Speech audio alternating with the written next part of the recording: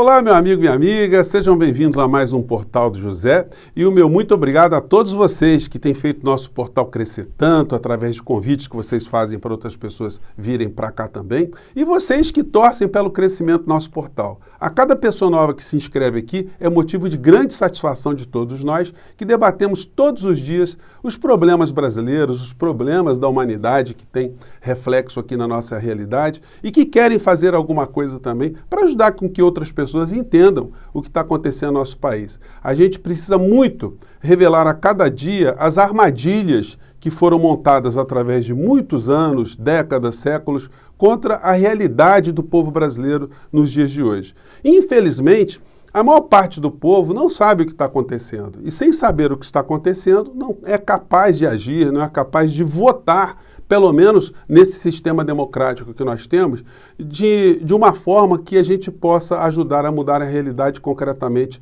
pelo voto ou politicamente. Sem informação, a gente não chega a lugar algum. E hoje eu quero falar com vocês de algumas dessas situações, mostrar como estão armadas algumas armadilhas, como elas funcionam e se é possível desarmá-las, né? Principalmente relacionada à comunicação. Nós temos hoje no nosso país um presidente da República que ninguém que é fora do meio político, do meio jornalístico, que é fora do meio da análise científica, da ciência política, né, consegue entender. As pessoas do povo olham assim e falam, mas como é que alguém pode ser presidente de uma nação tendo esse perfil? Gente, se você pegar se abstrair da figura do presidente da República e pensar, por exemplo, no gerente de uma empresa, com o perfil do presidente brasileiro, você pensar, puxa, como é que uma empresa tem um gerente de supermercado como o Bolsonaro?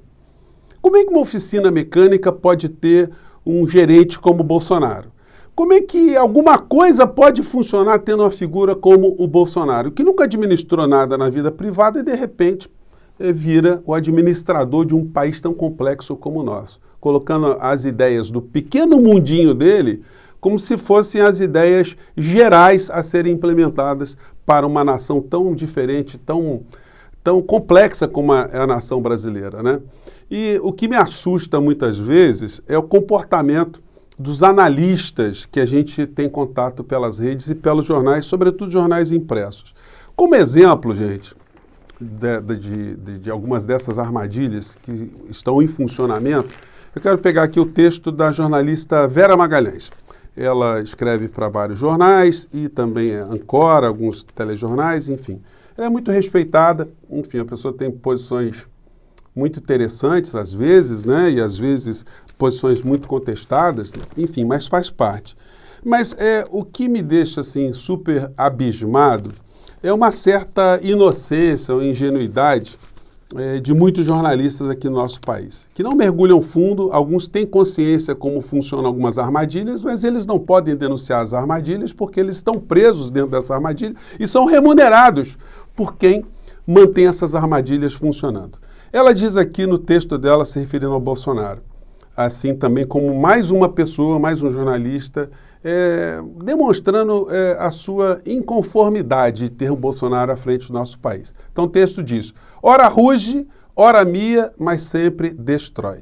Diz ela, Jair Bolsonaro cansa, o Brasil está exausto de um presidente que dedica seus dias a atrapalhar o andamento do país. Bom, estamos exaustos, então o que a gente pode fazer? O impeachment, né? E por que o impeachment não sai? Bom, toda a intervenção do presidente da República é voltada a estorvar, atrapalhar o andamento dos ministérios, dos demais poderes, das outras instituições, da relação entre federativos, do combate ao desmatamento, da vacinação, da fiscalização da vacinação, do Enem. A lista não tem fim. Em outro trecho diz ela, conviver com o chefe de Estado com essas características, inéditas entre tantas outras, as mais deletérias, as mais exóticas, as mais intoleráveis, entre tantos que já se revezaram no poder no Brasil, é uma tarefa que desafia a lógica. É a lógica? A paciência e, no caso de muitos auxiliares e bajuladores, o amor próprio, a coerência e o bom senso. Pois bem, então nós já sabemos aqui esse inconformismo. E por que isso se dá? É porque, como eu disse a vocês na abertura do nosso papo aqui, o povo não tem consciência. Gente, o que explica o Bolsonaro ainda ter 20% de pessoas que acham que o governo dele é bom ou ótimo? Alguém que tenha observado o comportamento do presidente de perto em relação à pandemia, que matou mais de 617 mil pessoas aqui no nosso país, pode achar que existe algum perdão racional, se é que a gente pode utilizar essa expressão, para a figura do presidente da República, o gerente maior da nação? Pois bem, se vocês observarem como, ao longo desses anos todos, o presidente da República ele é tratado, é sempre de uma forma superficial, de uma forma anedótica. Ninguém questiona os danos que ele causa à instituição brasileira. Danos concretos. A gente não vê especialistas falando, a gente não vê colunistas nos grandes veículos de comunicação, a gente não vê reprodução das suas falas sendo contestadas uma a uma para que essas mentiras não transitem pelas redes sociais. E como eu sempre tenho denunciado aqui, esse comportamento que arrasta uma parcela da sociedade brasileira é extremamente funcional, porque é uma parcela que fica alienada, uma parcela que fica amordaçada, é uma parcela que atira para o lado errado, que não percebe que o Brasil ainda vivencia uma sociedade escravocrata. Gente, no Brasil a gente teve 2 jornais que foram um dos primeiros jornais aqui da América Latina, né, que é o Jornal do Comércio e o Jornal de Pernambuco, que foram criados em 1825, 1827, enfim, criados ainda dentro do regime escravocrata. Eu pergunto a vocês, alguém que cria um jornal num regime escravocrata, faz oposição ao regime escravocrata?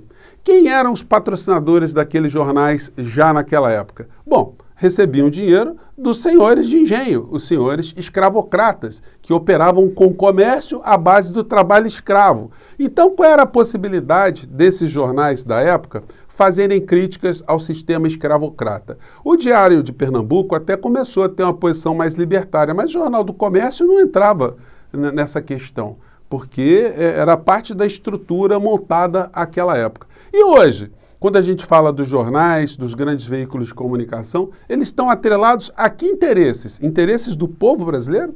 Eles estão preocupados em que o povo brasileiro tenha consciência política, consciência crítica do que está acontecendo? Eles têm algum tipo de orientação econômica em relação ao comportamento do povo brasileiro? Eles falam alguma coisa sobre o fato da gente ter quase 50% do orçamento da nossa nação jogada para banco, girando a ciranda financeira em pagamento de juros e serviços de dívidas que a gente nunca sabe de onde elas surgiram? Isso é colocado ao debate? Obviamente que não, porque essa montanha de dinheiro movimenta essa estrutura escravocrata que tem pés aqui no nosso país e pode ter cabeças fora do nosso país também. Pois bem, então eu acho muito interessante os jornalistas eles terem essa suposta ingenuidade de que tudo que está acontecendo no nosso país não tem nenhuma estrutura bancando o presidente da República, essa figura absolutamente questionável, para dizer o mínimo, né, à frente do nosso país. E é um presidente que não tem o que fazer. O Bolsonaro, gente, ele é um viajante inútil. Hoje, por exemplo, você pega a agenda do Bolsonaro, ele está numa cerimônia. Qual o único compromisso do Bolsonaro hoje? Cerimônia militar de declaração de aspirantes da Força Aérea Brasileira. Então a gente paga o presidente para ele ir lá, ficar o dia todo lá nessa cerimônia. Hoje ele não fez discurso, eu acompanho a cerimônia e um fato interessante foi o Braga Neto ter feito um discurso lá e não ter falado em liberdade, aqueles discursos golpistas que eles estavam falando alguns meses atrás. Tá com um discurso mais pianinho, né? Depois que as palhaçadas do Bolsonaro foram reveladas e o perdão que ele pediu, a carta covarde dele, quase que pedindo desculpas no dia 7 de setembro, após o dia 7 de setembro, o discurso dessa gente também deu uma desaparecida. Até porque, hora por outra, a gente está vendo que muitos estão enfiando a mão em dinheiro, né? Ou dinheiro próprio do Estado ou tentando abocanhar algum dinheiro paralelo por conta dos negócios que estão acontecendo aqui no nosso país, mexendo com o orçamento público, né? O general Ramos foi flagrado aí como uma das pessoas que estava no centro desse escândalo do orçamento secreto. ele estava pedindo ali para que houvesse ali o tratoramento de verbas públicas para se comprar tratores, né? Fazendo esse trocadilho aí. Enfim, então a gente tem um presidente que não trabalha, presidente que ontem estava lá na cantata de Natal, um presidente que está em cima de mais de 620 mil cadáveres, não sei nem quantos mortos já temos no Brasil, mas os números são assustadores, e todo mundo se converteu no governo Bolsonaro ao cristianismo. Todo mundo agora é evangélico, todo mundo agora está vinculado a uma igreja aqui. Então aqui nessa cantata a gente vê aqui o pessoal de bracinho levantado, né? Onyx Lorenzoni, a primeira-dama, aqui o general Ramos, todo mundo cantando aqui, dando glórias e mais glórias aqui, sem se recordarem, né, que foram todos agentes de um genocídio aqui no nosso país que não é revelado, não é colocado de uma forma bem clara, porque isso não aconteceu por acaso, né? Ontem no nosso papo eu mostrei para vocês que o que aconteceu lá na Boate Kiss, por exemplo, foi uma coisa que causou uma grande comoção, está tendo espaço nos telejornais até agora, está tendo bastante destaque nisso aí, e a gente percebe ali um grande sentimento por se apurar responsabilidades, porque as pessoas perderam entes queridos. E a gente não vê nenhum paralelo, nenhuma mensagem, nem uma abordagem mais profunda dos males causados pela omissão do presidente da República e pela ação do governo dele, a ação dele, para que esse número de mortos aqui no nosso país fossem tão grandes, né? Pois bem, então esse pessoal agora virou todo mundo temente a Deus, agora todo mundo faz cantarolas para cima e para baixo por conta dessas situações todas. Eu vou colocar para vocês hoje, na descrição do nosso vídeo, um link muito interessante de uma emissora patrocinada pelo governo russo, fazendo uma análise em espanhol desse fenômeno do crescimento de algumas estruturas políticas travestidas de estruturas religiosas. E isso a gente pode notar nesse tipo de matéria no dia de hoje aqui. E mais uma vez, gente, não é crítica ao sentimento religioso de ninguém. Como eu tenho dito a vocês aqui, toda pessoa que tem uma crença sincera e tem uma prática coerente com essa sinceridade tem que ser respeitada. Você não vai dizer para uma pessoa que tem uma fé durante 40, 50 anos, olha, você está errado. Isso aí não existe, eu não acredito no seu Deus. Isso é um desrespeito muito grande, uma arrogância muito grande.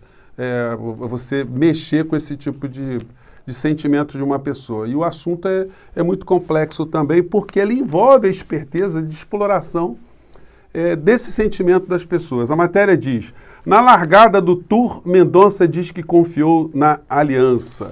Ele agradecendo aqui as pessoas, porque Deus estaria no comando aqui, tendo colocado o Mendonça ali na frente.